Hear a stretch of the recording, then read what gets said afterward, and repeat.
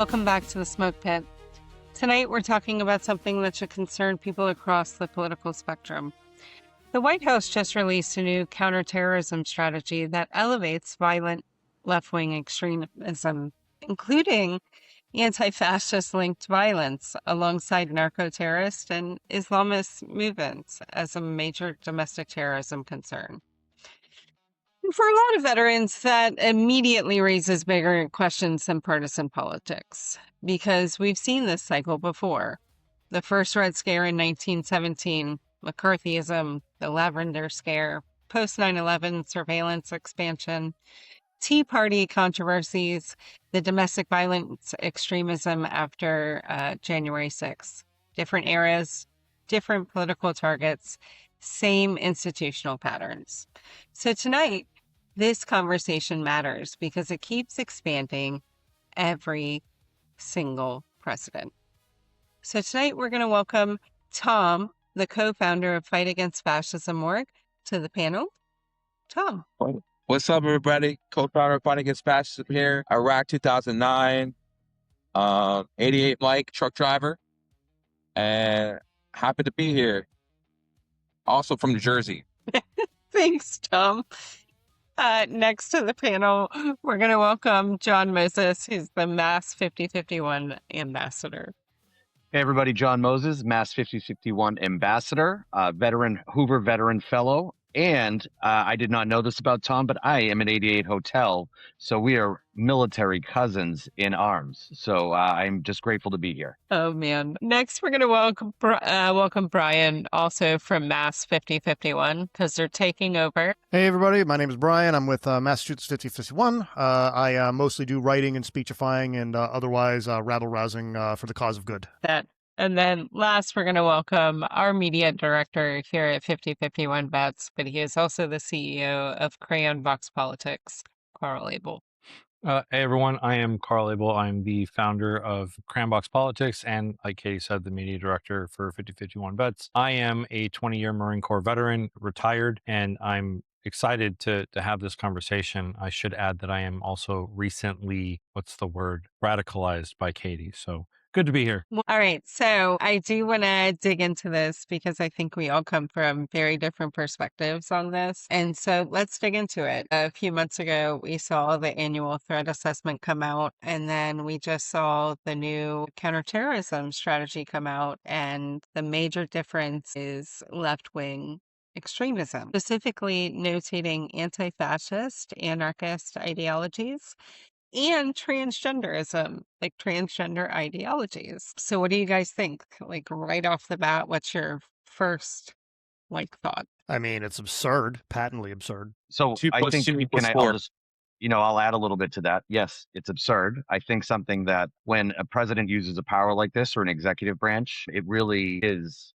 a level of power that most presidents shouldn't have anyway. And I think it's mostly important to understand that with this particular administration, with the Trump administration, they do not have a sense of how to act with restraint or how to act within the bounds of rules.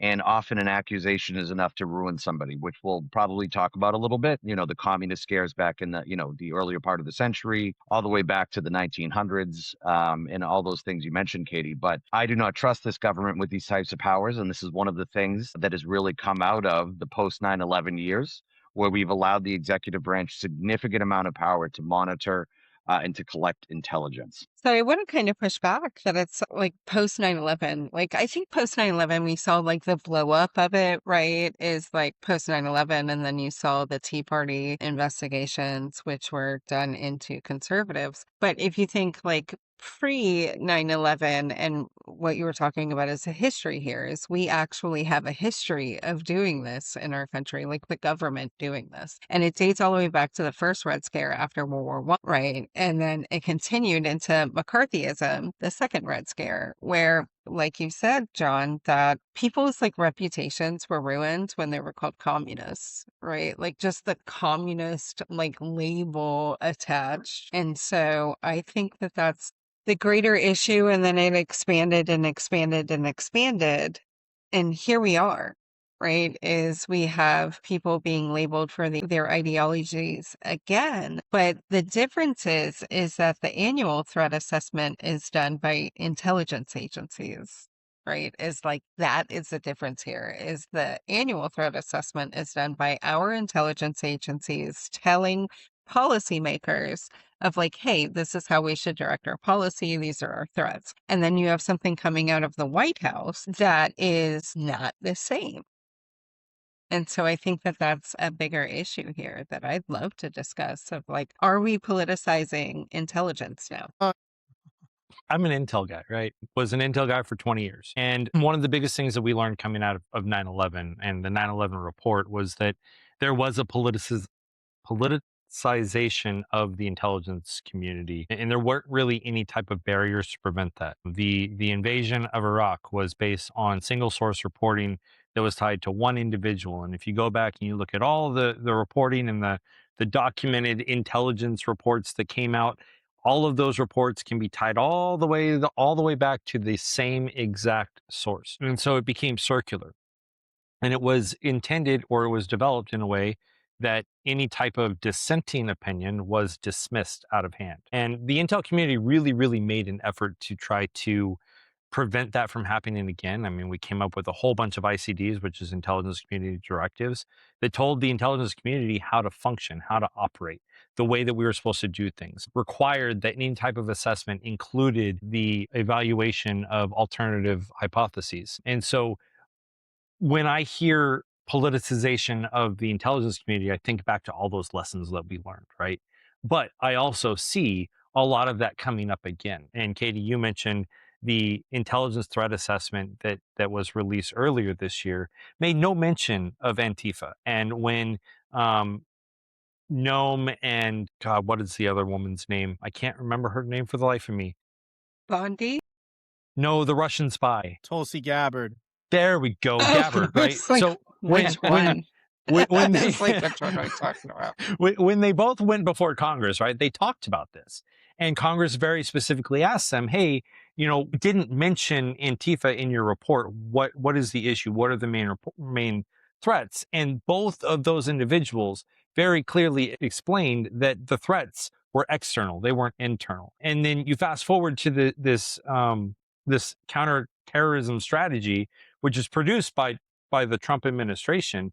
And I mean, you can read just on the very beginning, right? Like the very first freaking forward is when I returned to the White House on January 20th, 2025, 4 years of weakness, failure, surrender, and humiliation under the last administration came to an end. Like that is political. That it's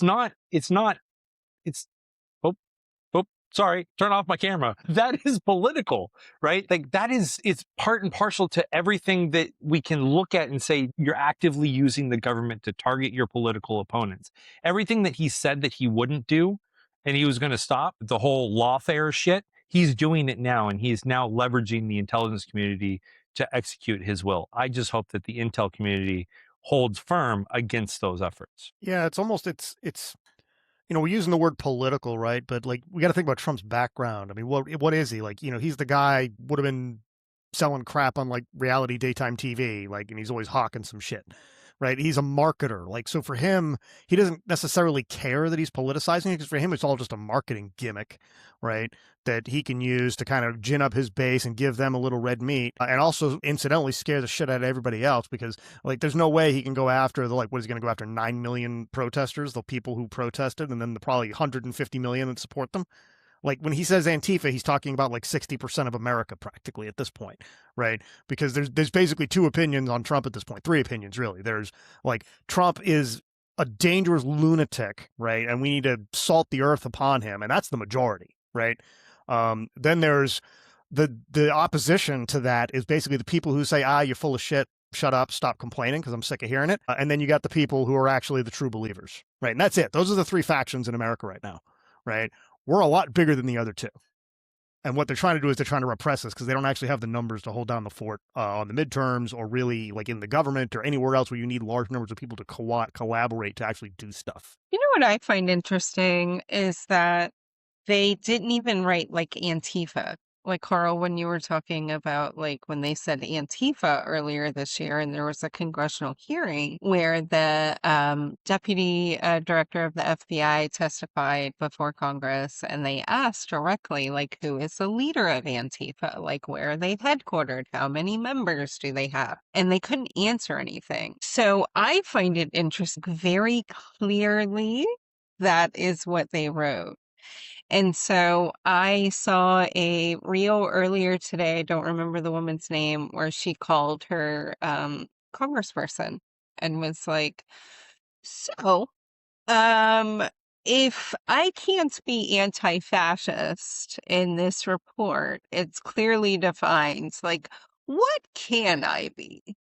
Right? Like what is it that is allowed? Like what is the permissible language here? And I am a person, like I'm a policy nerd, all of y'all know that. And so for it to be written anti-fascist, I find on a legal scale fascinating. I find it like just utterly fascinating. Could you imagine if Yeah, all so the what World War II veterans were still here, alive and well and healthy?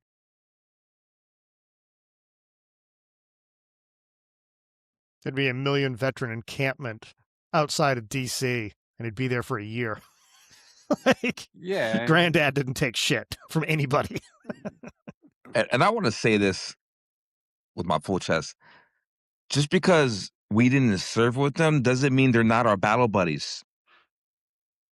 So by us all veterans allowing this to happen, allowing them to step on the graves of our battle buddies, not saying us, but like as a veteran collection, we are complicit in allowing them to spit on our battle buddies. Yeah. I mean, yeah. I mean, Katie, kind of, I want to also kind of get back to like what you're talking about there about that word anti-fascist as opposed to Antifa being used, right? I mean, I found that super interesting as a tactic to use because Antifa is really easy for the right to say this is the boogeyman, right? It's this nebulous thing, Antifa, ooh, scary, right? Fox News has drummed that up long enough, right? But to use the words anti-fascist, what that means then to me, it's to say, we are going after anti-fascists. Okay, so by proxy, what does that make you? I mean, you're just saying it in plain language then, so are you then saying by the nature of what you are, due to this coin strategy that's the U.S. intelligence strategy now, we are here to protect American fascism. We're just writing that down. That's our policy now. We're going to go against anyone that is not fascist, and to your point about the legal aspect, I'm not a lawyer, right? I'm, studying to go to law school, but that being said, like, what does that even mean at that point? What does that look like if I go before a judge? Logan is against fascism, right? Because I'm against fascism. I'm anti-fascist. I come from a long line of anti-fascists. You dirty dog, you. Exactly. Yeah. Right. 100%. Right. What does that look like? My grandfather, he was a vehement anti-fascist. He killed fascists, as a matter of fact. Right. So what does that look like? What does that mean? Are we just now saying that the Trump administration now saying that we are a fascist government? If you're against this fascist regime, you are the enemy. Right. And I think that has profound consequences for our society. I think I'm up on this one in the queue. So, hey, yeah. And, outside of that, right? So one of the things about the enemy is they don't stop working. So when you're talking about, Iranian extremism, if you're going to talk about the people we used to fight, for the first time ever, cartels have been raised above organizations like ISIS. They've labeled fentanyl as a weapon of mass destruction. And if you see these boats that they're blowing up in the Caribbean, they're not getting adjudication. They're not getting any information out saying, hey, this is actually somebody that was smuggling. So you've essentially put the decision making hands and people that launch missiles before picking up a boat. For me, I think the scariest of them all is the ideology as a category, right? So now we're talking about, like you said, Antifa. I think one of them was radical pro transgenderism, which is if you put dashes and more words on things, they're scarier. But I have real fear in some of the words that they use about operationally crippling and trying to figure out membership. Like, I do not, again, and I'll go back to my first statement, I do not trust this government to follow the rules. I think that they will go out, they will try to throw charges at people, they will try to ruin lives, and they will do things to try to get information through subpoenas and other legal methods using a weaponized DOJ with Kash Patel in charge, right? A man of no honor, um, no real sense of duty or real loyalty to the country, because their loyalty is only to affect whatever changes this fascist government would like to do. So I just think this is a very scary, and the authorities that they have used have lost focus on the real fight, which is the ISIS of the world and things like that. The video Katie mentioned, where the woman called her congressman and was asking about what she could do because of the thought police and being forced to think a certain way, right? The representative she talked to, right, because she asked him, define fascism. The representative said, the word fascism is a fluidly defined word. Like, the definition is fluid. And like, that should be concerning too. Like, what do you mean that that word is fluid? At that point, then everything that you don't agree with is anti-fascist and now becomes a form of terrorism, domestic terrorism, right? So, I mean, the strategy alone is concerning, but when you couple that with the things that they're not saying out loud, it makes it worse. It really does. But we've actually seen this before, right? Is like when we see things broadly defined. And what I mean by that is tying it back to what John said about the FBI. I come from a long line of FBI agents. My grandfather worked on the Rosenbaum case back in the day. He's in the history books, and both of my uncles are retired FBI agents. We have 89 years in our family combined of FBI service. But look at what J. Edgar Hoover did during his tenure. Until the day my grandfather died, you could not speak illy of J. Edgar Hoover, knowing that he was a gay man who liked to wear dresses, and it came out later, which is fine, and I'm not knocking that at all. But then he wrote policy explicitly, and like the Lavender Scare was under his tenure when MLK was investigated. Like, all of these people were investigated by a human being that was doing it themselves. And so when you look at like that thing, like history merrily repeats itself, here we are again, right, of these human beings that are writing policy that is explicitly about their own subversive actions. And they always say it's endemically anti-American. That's what J. Edgar Hoover said. That's what happened during the Red Scare of McCarthyism. It was always anti-un-American activities. But in my purview, like, American activities is like progressive, like melting pot ideology of us coming together and figuring out like what America is. Yeah, I mean, that's really interesting to me, just because of how I think about this conflict as more of a moral conflict than a policy one. It's just kind of the lens that I see it through. And so like this idea like anti-American, right? If you follow some of the social media feeds, a lot of these chuds, I don't know if anybody's been noticing, but the people kind of crapping on them at scale is getting larger, to the point where like Dan Bongino can't put anything out without getting harangued. And you know what the biggest kind of insult is Dan Bongino, you are an un-American, blah, blah, blah, blah, blah, blah, blah, followed by a million insults with some curses that are unprintable in public, right? And this is happening like everywhere at all scale. You'll click into a person's profile and it's like, a 75-year-old grandmother with a cat and like pictures of her grandkids, and she's telling this person to go like fuck off and die. I hope you die in a fire, right? Like, this is sort of the rage that is out there right now of what these people are doing. This action, by the way, is meant to scare people. I think it's going to do the opposite. All it is doing is agitating us and making us more angry. There's already too many of us, and they can't stop us. They're trying to scare the shit out of us. And every time they do one of this, because they're day traders, they're going to try it again with something else different and more obscene. And then as they do that, a few more of the MAGA chuds are going to flake off. They're going to disengage, whatever. And a few more people are going to be like, that's my grandson you're talking about. That's my blah, blah, blah you're talking about. No more. Like I tolerated it. We have tolerated this for too long. Like the intolerance of the American people towards this bullshit is growing, not shrinking, right? And they're going to feed into this, and we just got to be there to exploit it. I do agree with you though, Brian. I think, at some point when you're looking at your neighbors and everybody is going to be called an anti-fascist or whatever, right? They're using social media like surveillance now to just based on who you're friends with. And if you look at my friendships and who I'm connected with on all of the different platforms, you can make a pretty broad assumption that I'm a protester. I have pictures of me protesting, but maybe there are people associated with a lot of us that aren't really in the protest movement that are going to be falsely brought into these membership groups and trying to do predictive work with AI.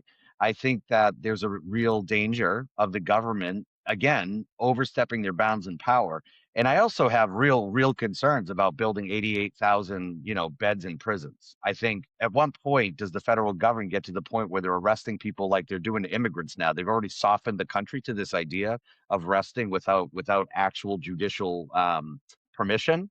And so what happens if they show up at my house and they arrest me and they send me off to Louisiana, followed by Gatorville, whatever it is in Florida, followed by somebody, and now I'm making some guy $30 a day in profit off of my body and labor and the fact that I'm in jail now away from a lawyer, right? So I just think that there's a real fear, and I think there's a real possibility of the government overreaching and like pointing at people that aren't anti-fascist, that are just upset with the government. And where you start is the people with the loudest voices to scare them all. I think that you brought up a point without saying it, right? Is like you brought up the point of we have like the mass like encampments is one thing, like lessening people's resolve to that.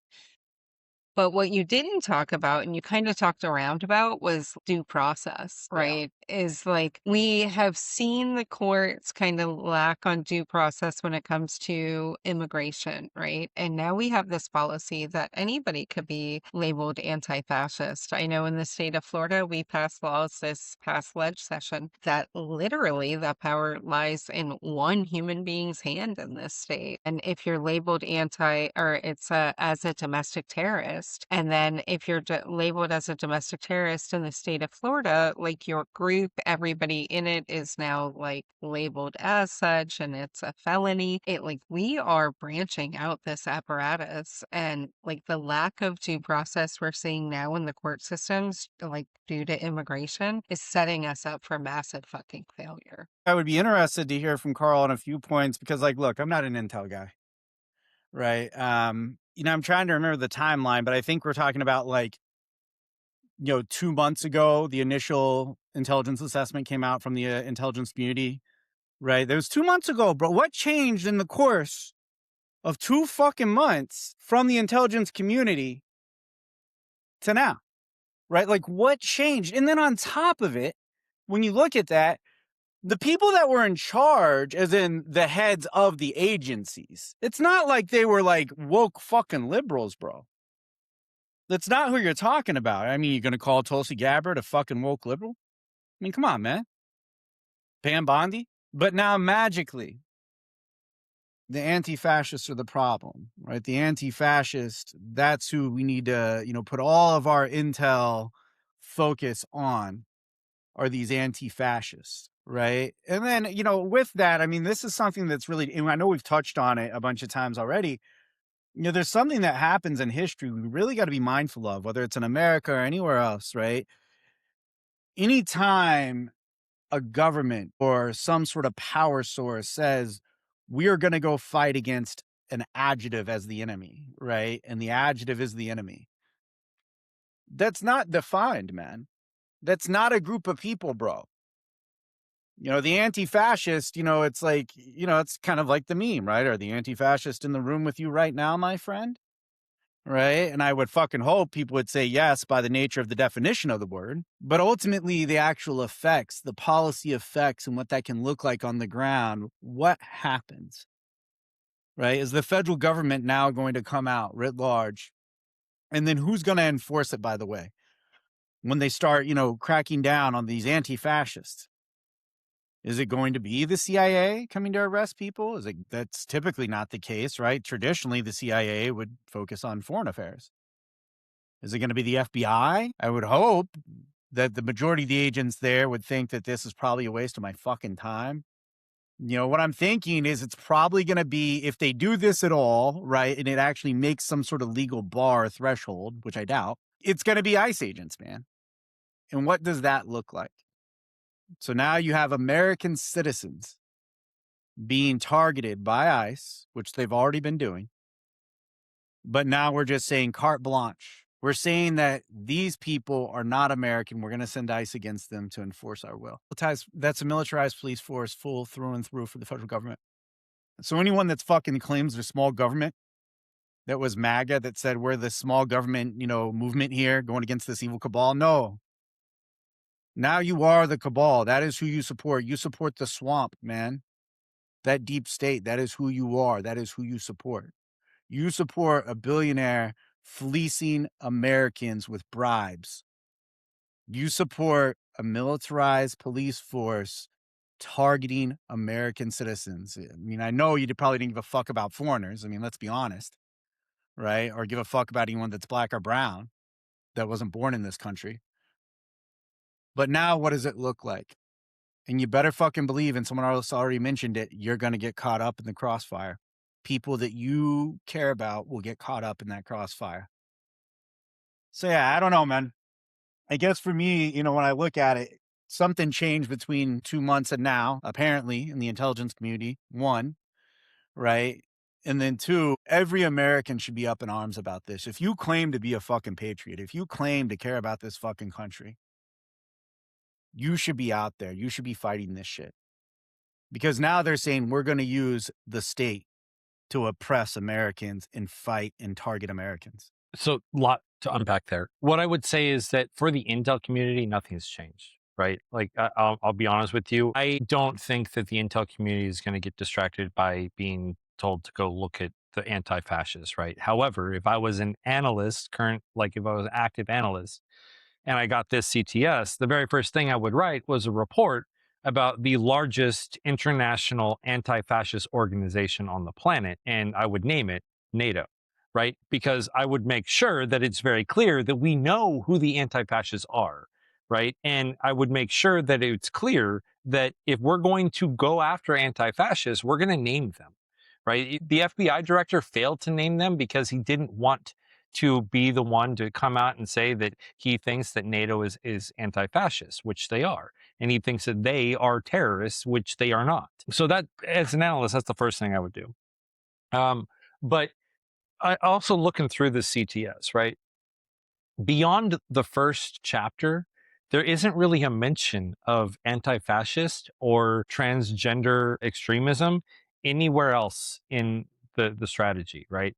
The rest of the strategy talks about terrorist organizations and narcotics operations and cartels and military operations on the international front, but it doesn't really discuss how it's going to approach an effort to engage or to destroy the anti-fascist organizations within the confines of the United States, it's very interesting to me, right? So what it appears to me is that there is a certain political actor, probably Stephen Miller, who wrote the first intro, right, and the preface, and then the rest of it was written by the professional intelligence buds who were like, yeah, no, we're not gonna play this game, because I legitimately still have faith. Now, however, pause for effect. Right? In 2024, Joe Biden signed into policy DOD Manual 5240.01, right? And DOD Directive 5240.01. And basically what 5240.01 did is it created pathways for which military intelligence assets could be used in support of CONUS law enforcement operations. And it created a line of succession for who would give that final authority. And it put the final authority in the hands of the Secretary of Defense, who is now Pete Hegseth. When this came out, like, I heard a lot of the right wing going, "Oh, they're coming after us. They're gonna attack us and do all this." Which, interesting to me, is that when they say that's happening, it means they plan on doing it. But what this does is it essentially makes it so that the Secretary of Defense has the final say on whether or not to leverage those assets in support of law enforcement activities, delegated by the president, and only with explicit permission from the president.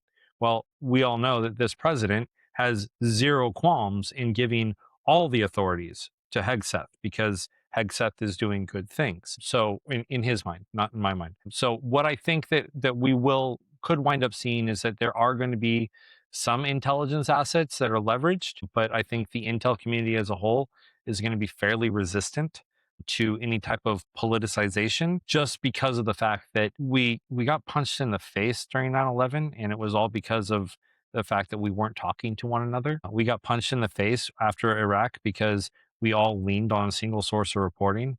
And so we don't want that to happen again, because we don't want our image to get tarnished.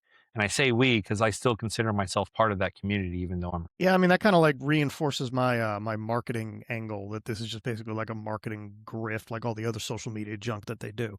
Like, remember how there was this one document, I want to say it was the Epstein files, and they opened it up and said, "Oh, we have all the files here," and then you open the book and all the pages were blank, like they just put it on the cover so they could do like the marketing thing, because that's just the way these people think. So I don't know, it's negative and it's bad, but I suspect that they're not going to be able to scale, because it's not just having like intel analysts. You need people who are like compliant, who like want to do it. If you're an professional intel person and you're getting these wackadoodle orders, you're going to slow walk the shit, right? Because you just don't want to deal with it. And like, "Oh, I'm sorry, I'm taking a vacation. I can't be there to do this stupid thing." And you're going to see this kind of resistance all the time. It's going to be, the Pentagon event planners, doing the limp dick parade on purpose. Like, I cannot wait until this is over and we start to get to tell-all books that come out of these communities, the ones that can talk about what actually happened, which they can't do now, because it is going to be fascinating to read about the kind of shit that didn't happen because enough good people saw what was going on and threw sand where it needed to go. I just want to say, I bought this flag on eBay. Nope. I bought this flag on eBay, so it's wild to me that they're gonna try and say it's an organization when there's actually no organization. And they did this with the American flag as well. They try to make it against the law to burn the American flag. And we already know that somebody did that in DC. They tried to arrest him, give him charges, and it all got dropped. Because First Amendment right, just like this. You have the First Amendment right to be against fascism. Now, if you harm somebody in the process of that, I mean, we saw nothing, but that is where it can lead to things, right? Now, if you're with a group of people, then you could probably get RICO'd. But that's where that gray area probably lies. So, out there's listening, don't do nothing stupid. Be safe, and use your First Amendment right. Speak out, speak up, but just be careful. What Brian kind of mentioned reminded me of, I can't remember if it was JSOC or who it was, but someone at the Joint Chief level, or a number of them, just outright ignored orders from Trump already. We know that to be the case from Hegseth. Do we think something like that similar is going to happen, Carl? Like, or or for that matter, is fucking happening? Because that's kind of what it sounds like you were saying beforehand, right? Is like there's people that just aren't going to fucking listen to this and just not do it.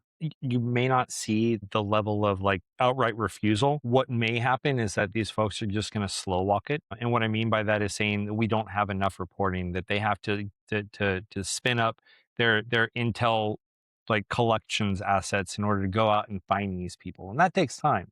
What I will say, and what really came into my mind, is that you can bet your ass that Palantir is going to get used for the documentation of the Antifa network, right? So it's going to get applied. I've seen how it works. It is fucking scary the way that it functions, and the things that it can do. But what I do think that is a possibility, though I think that the analysts themselves, especially the senior analysts, are going to slow walk this as long as possible because they don't agree with the politicization of the intelligence community writ large. Yeah, I think that's a great point, Carl. I was going to say the only problem, though, and not the only problem, there's a lot of problems. But one of the problems there is AI can move so fast and it can be used by people without the expertise, and we've seen that, right? Is that they may just pass by the analysts. So I did want to comment on that. And to what Tom said, I totally agree with you, right? You got to be really careful in terms of what you do.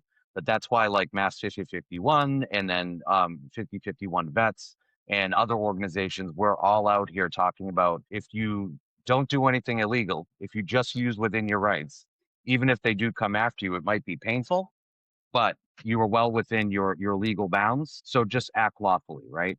And then my third point, I'm actually share a picture, an image here, because I want everybody to know this guy is the idiot that wrote this document. This is Seb Gorka. He's the national security chair, I think. But look at this tool. So this guy is never served, runs around with a rifle, has the lamest vest. I would call it a gay vest, but I don't want to insult gay people. I don't think a gay man would wear that. But that's Seb Gorka. This is the guy who wrote it. He's a sycophant, and he has no idea what real patriotism is outside of what he believes at the CPAC conferences. So this is the tool that is threatening you, right? And what I find really common between people like Seb and people like Stephen Miller and people like Hegseth is that they're incredibly weak, small men and women as well, that are very susceptible to manipulation and to overreach. So, but I just want everybody to absorb the fact that that absolute fucking tool is the guy that wrote a lot of this document and published it. So just what an asshole. That's all. Yeah, I just wanted to share a favorite. This guy triggers me and makes me laugh every time because I learned about him through Rick Wilson, and Rick Wilson calls him the Whiskey Necromancer. And that is the name he uses. He doesn't use the real name, and I think it's brilliant. I just wanted to tack on, like, I don't know if gay men would wear that vest, but lesbians would rock that shit. Just letting you know. So, fancy. So Seb Gorka dresses like a lesbian then? Can we say that? Yes, I would probably rock it. So yeah, we'll go with it. We'll go with it. Yeah, you look smashing in it, though. He just looks ridiculous. Yes. But, you know, I think one of the things that concerned me wasn't even the anti-fascist thing. It was the trans, right? Like the radical trans ideology is because we've seen so much policy over the last year at the national, state, and even at the local level, right? That we are pushing transgender, like, individuals out of society, and history teaches us that, you know, like where that. And so now for that to be mentioned specifically in a like counterterrorism document is utterly concerning. I even had a conversation with my mom at lunch this week about transgenderism because we're like she gave me the like MAGA talking point of like, oh, you know, men and women's sports. And I'm like, it was nine people, nine individuals that were competing in the NCAA. And so I think that besides the anti-fascist, like kind of concerns me because we talk about, you know, transgender veterans here, and we talk about transgender active duty members, and we do things to help them. And like that is a lot of people that have like radical transgender ideology because we don't speak out against it. We're like for people living their best life and their true selves. And that's concerning as it's not only like anti-fascist ideology, it's anarchist and, you know, radical transgender ideology. So it's like this myriad of ideologies, and then left-wing extremism was comma. And I'm not exactly sure how you define that as a whole. That's the thing, is the definition doesn't matter. It's just a label, right? They could just point at people and be like, transit ideology doesn't actually mean anything. It really doesn't absolutely not mean a goddamn thing. and they're going to just point and point and point, and they're going to other people and other people and other people. I just read a really great book called The Dressmakers of Auschwitz, and I've read a lot of books on the Holocaust, and I know that's a really extreme side of this, but the othering of people, of making people believe other people don't matter or are somehow less than human, is really the starting point. And again, I go back to what they're doing with immigrants, right? I know people that have been arrested that were here legally, but because they're brown, people on TV will say, yeah, they shouldn't have been here illegally, right? And they've already made it to that point and said they don't have rights and they've arrested them. And that's the problem. And so it doesn't matter if it's trans or if it's Antifa or if it's another thing or another thing. This government is going to continue to other people until a minority of Americans, which, by the way, during the Holocaust in Germany, it was a minority that was able to convince the population that their needs were, their selfishness and their fear was more important than other people's lives. And that's where these roads lead. And that's why when we say anti-fascism, that's what we're trying to get away from. And I know that's a really extreme example, but it's a real example that happened and it's historically accurate, right? So yeah, the trans word doesn't matter. They would have called you the purple people eater if it scares people and they can build it into something else. So the the CTS also brings out another group of individuals, right? And that is the Islamic religion, people who believe in Islam, and that in and of itself is a problem as well. And I say that that's a problem as well because if you look in the 1930s in Germany, right, they targeted the Jews. And so what I'm seeing in today's age is that we're starting to see a targeting of not only immigrants, but also of those who believe in Islam. And if you do not align yourself with Israel, you are anti-Semitic, but it's okay to hate on people who believe in Islam. Like that's the direction that we're headed. And so my concern is not only are we going to see an effort by the federal government to dehumanize and criminalize transgender folks, but it's going to do it to the same to is the Islamic faith. It's going to do it the same thing to those who are of the LGB community. And I say LGB because we're already targeting the T. And so like we're going to see it going towards race. We're already seeing the racism rise up again in the South. Tennessee just went and erased their sole district that was designed under the VRA to give its black population a voice. They just wiped it without a vote from the people, without input, without the democratic process. They just wiped it, right? Louisiana just declared a freaking state of emergency so they could rewrite their districts. A state of emergency to stop the election, right? So all of these things I see building up, and I see them turning into things that are not good. And then Logan, you asked way earlier, what changed for the CTS to bring up Antifa, and the thought that I had there is this, right? What did Hakeem Jeffries tweet out before the attack on the Correspondence Center? Something about total warfare, right? Unlimited warfare, unchecked warfare, but he used the word warfare in it.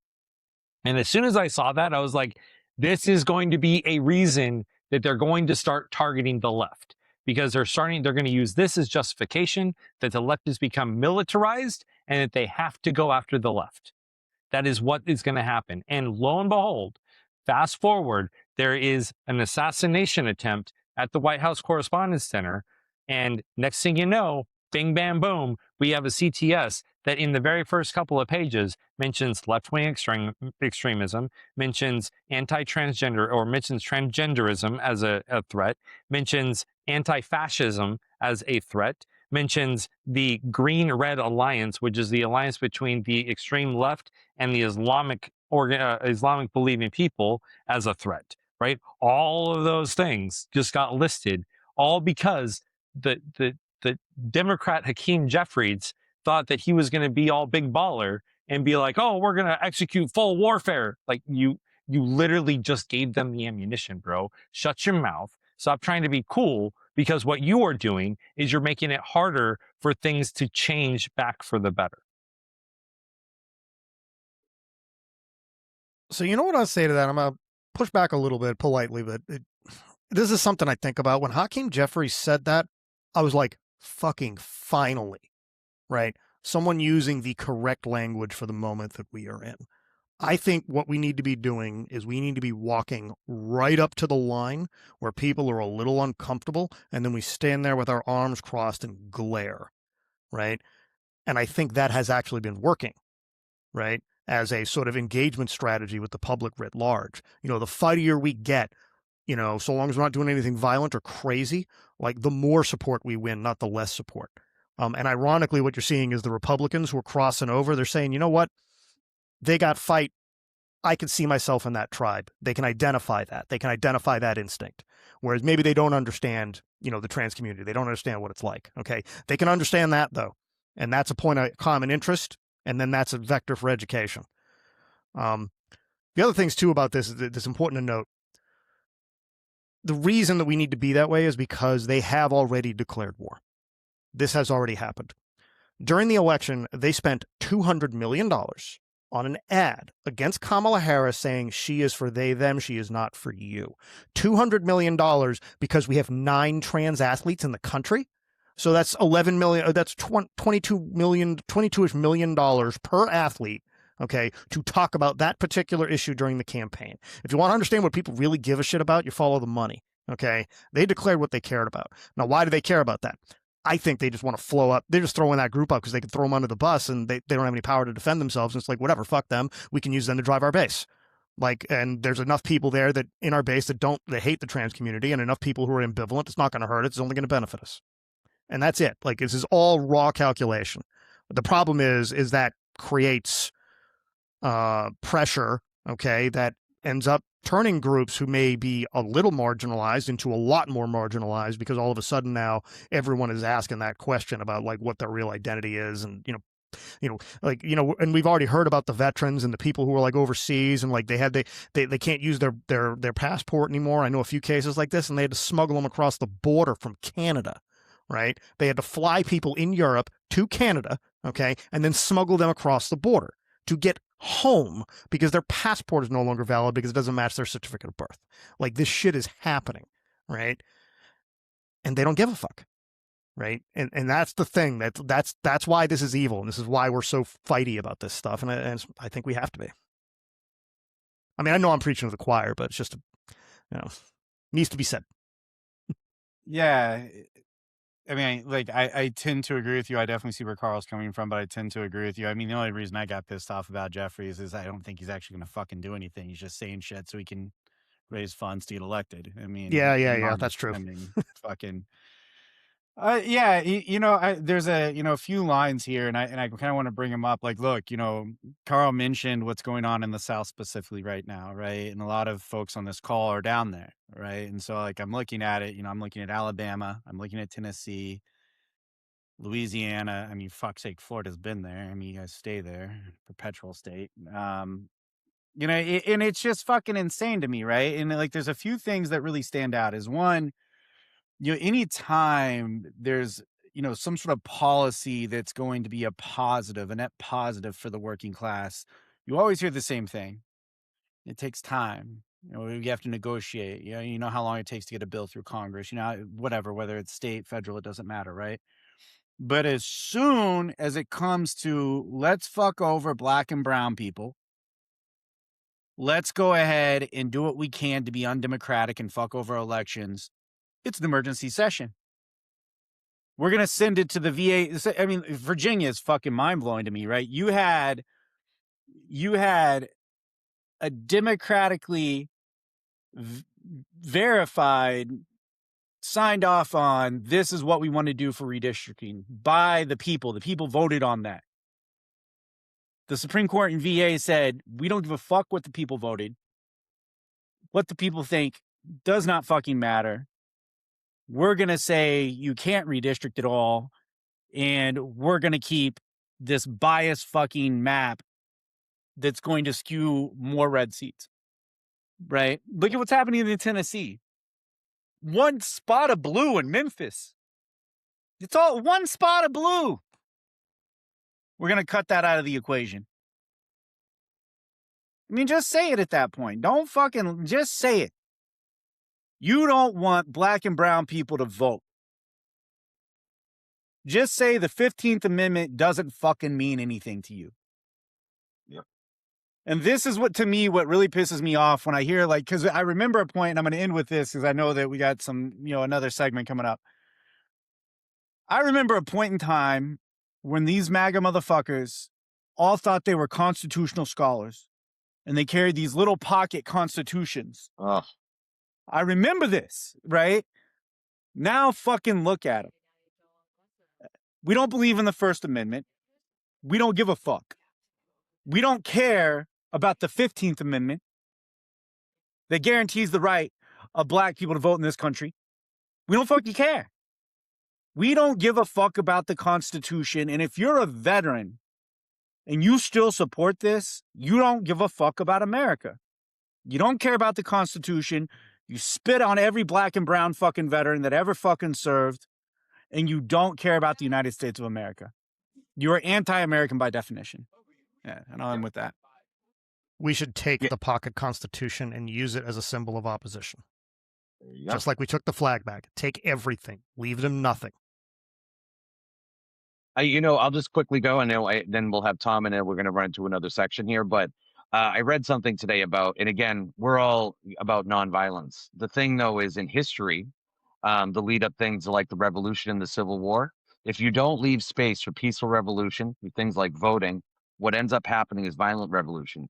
And I think you can see the anger down in these states where the representatives are going in, black Americans that never thought they were going to have to fight for these things again. And these are right back on the table. So totally agree with you, Logan. It's a bad scene. And I think it's going to have dire consequences for our country. Tom. Pressure busts pipes. But we're gonna end off with the poem that says, First they came for the communists. I didn't speak out because I wasn't a communist. Then they came for the socialists. I didn't speak out because I wasn't a socialist. Then they came for the trade unionists, and I didn't speak out because I wasn't part of the trade union. Then they came for the Jewish people, and I didn't speak out because I was not Jewish. Then they came for me because there was no one left to speak out for me. And just and behold, it's happening here right now. And if you don't open your eyes and see what's happening, it's already too late for you. Okay, so the last thing we are going to do is something weird if you've never seen it happen. So everybody always chuckles when it starts. So we close out the show with a safety brief. A safety brief, for those watching, happens every Friday at close of business by your leaders in the military to remind you on how not to be a degenerate, because it happens. And we do it between shows because it still happens, right? And then we have to add things to our safety brief. Everything on our safety briefs have happened, and that's why they're there, right? We don't make things up.